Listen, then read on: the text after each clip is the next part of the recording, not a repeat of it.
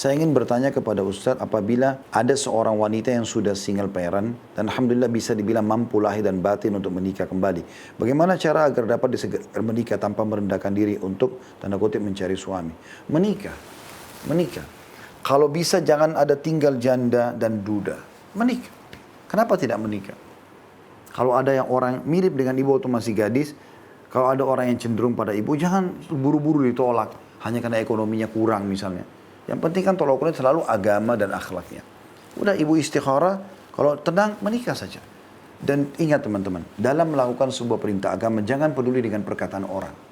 Kalau Anda selalu peduli dengan perkataan orang, maka kita tidak akan pernah bisa maju dan berkembang. Bahkan kita akan meninggalkan banyak perintah agama, termasuk dalam masalah pernikahan ini. Mungkin Anda gagal di pernikahan pertama, mungkin yang kedua gagal, yang ketiga belum tentu gagal. Dan kenapa harus malu dengan status kita kalau memang dasarnya pelanggaran-pelanggaran agama terjadi pada orang itu. Nabi SAW menikah dengan Khadijah. Khadijah itu sudah punya 2 suami sebelum Nabi SAW. Dan dua-duanya meninggal. Memang dia bukan cerai hidup ya, tapi meninggal. Lalu Nabi SAW menjadi suami yang ketiga. Nabi masih bujang, beda umur lagi. Ini 40 tahun Khadijah, Nabi SAW 25 tahun. Dan manusia terbaik. Anak cucu Adam, luar biasa. Berarti menandakan bagaimana akhlaknya dan kebaikannya Khadijah. Dan hubungannya kepada Allah SWT sangat baik. Sampai Allah hadiahkan dia suami yang begini. Gitu kan. Allahu a'lam. Jadi tidak ada kata aib dalam masalah ini. Anda bisa. Saya berbagi gini sama ibu yang bertanya dari kajian kita ya. Ini Khadijah radhiyallahu anha waktu mau menikah dengan Nabi SAW. Nabi itu sendiri tidak pernah terfikir. Tapi rupanya beliau titipkan ada satu orang kayak pegawainya ngikutin Nabi ke negeri Syam. Coba ikutin nih Muhammad nih. Kenapa kok namanya harum sekali di Mekah orang ini? Jujur dan selalu untung double. Rupanya Nabi SAW kalau ambil modal pengusaha orang Mekah, dibeli barang Mekah, kemudian dibawa ke negeri Syam lalu dijual, gitu kan?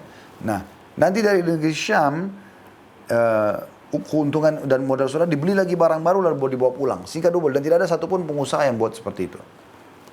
Nah, ternyata selama perjalanan pegawainya Khadijah ini unik gitu, memperhatikan Nabi SAW. Ada beberapa kejadian unik terjadi. Seperti waktu jalan dinaungi oleh awan gitu kan. Pohon kurma yang dimampiri itu kayak menundukkan daunnya dan segala macam.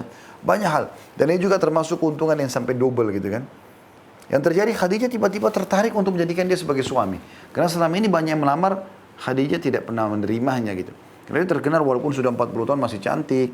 Orang kaya gitu kan. Orangnya betul-betul mengurus suami sampai suaminya dua-duanya meninggal. Bukan cerai hidup. Maka apa yang terjadi? Khadijah pun berbicara dengan kepada seorang temannya. Nah ini yang terjadi. Seorang teman dekatnya lalu membahasakan ya, tentang bagaimana pendapatmu tentang Muhammad gini-gini. Temannya tangkap, oh kamu tertarik sama dia. Kata Khadijah sepertinya begitu. Lalu kata dia, baik kalau gitu serahkan urusan kepada saya. Saya akan bicara. Orang ini nggak pakai nunggu langsung bicara kepada Nabi SAW. Begitu dalam buku-buku sirah disampaikan. Dia mengatakan, hai Muhammad kenapa kau belum menikah? Dia bilang, kata Nabi SAW, saya masih dalam tahap sekarang membangun ekonomi dan segala macam. Dan siapa juga yang mau sama saya sekarang? Kata orang itu, bagaimana pendapatmu dengan seorang wanita yang punya kecantikan, punya nama baik, punya harta? Dan orangnya baik gitu loh. Berkumpul semua ini. Kata Nabi SAW, siapa yang kau maksudkan? Dia bilang Khadijah. Lalu kata Nabi SAW, bagaimana Khadijah mau sama saya? Maksudnya orang kedudukannya begitu tingginya, kaya raya, cantik, walaupun dia janda, gitu kan? Dan punya nama harum lah, tokoh masyarakat. Terus mau nikah sama orang yang tadinya kerjanya pengembala kambing.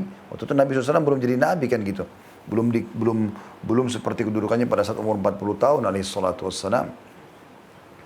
Maka kata perempuan tersebut, itu urusan saya. Maka dia pun kembali kepada haji yang mengatakan, Muhammad sudah setuju, kau setuju. Pertemukan dua keluarga menikah. Caranya tidak ada pelanggaran agama kan di situ. Yang penting teman-teman jangan sampai membuka pintu-pintu pelanggaran agama. Itu saja.